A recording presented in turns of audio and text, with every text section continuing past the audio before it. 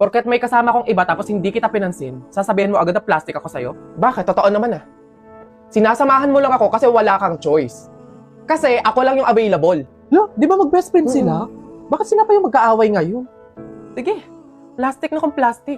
Eh ikaw, alam ba nila yung masama mong ugali? Di ba pumatol ka sa matanda para may pangluho ka? Bakit mo binibiring up yung mga ganyan? Hindi mo na dapat pinagsasabi yung sa atin ng dalawa kasi hindi yun yung problema natin. Eh, andito na lang din naman tayo eh. Lubusin na. Alam ba ng lahat na muntik ka ng mabuntis? Buti na lang kamo, walang nabuo. Jermaine, please tumigil ka na. Ang sama ng ugali niya guys, di ba? Eto pa! Dahil sa kakaluho niya kahit wala naman siyang trabaho, lubog na siya sa utang ngayon. Wala ka pala eh. Siyempre, kinikilingan ko kasi di ba yung kawin? Ay kayong dalawa. For sure may sinasabi sa Jasmine sa inyo tungkol sa akin, no? Ha?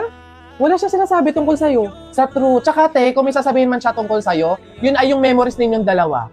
Alam mo bang sobrang miss ka na niya?